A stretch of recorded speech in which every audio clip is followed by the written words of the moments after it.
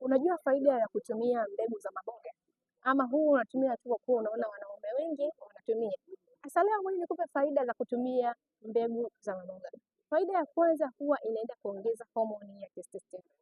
Hii homoni ni hususan kwa ajili ya wanaume, hasa katika hamu ya tendo la ndoa na kuwa imara katika kushiriki tendo la ndoa, kwa sababu mbegu za maboga zina madini ya zinki, na madini haya ni bora sana katika uzalishaji wa hiyo homoni ya testosterone. Kitu kingine, huwa inaenda kuimarisha ulijali wako, yani unakuwa na stamina ya kutosha na pia unakuwa na pumzi ya kutosha. Na kitu kingine, huwa inaenda kuweka vizuri mbegu zako za kiume, yani kwa wale ambao mbegu zao sio imara au mbegu zao hazina ubora, mbegu za maboga ni the best katika kutengeneza mbegu za kiume. Pia mbegu za maboga huwa inalinda afya ya tezi dume, yani kuzuia kuongezeka kwa tezi dume, kwa sababu huwa ina madini ambayo yanaenda kubalance homoni zako za kiume.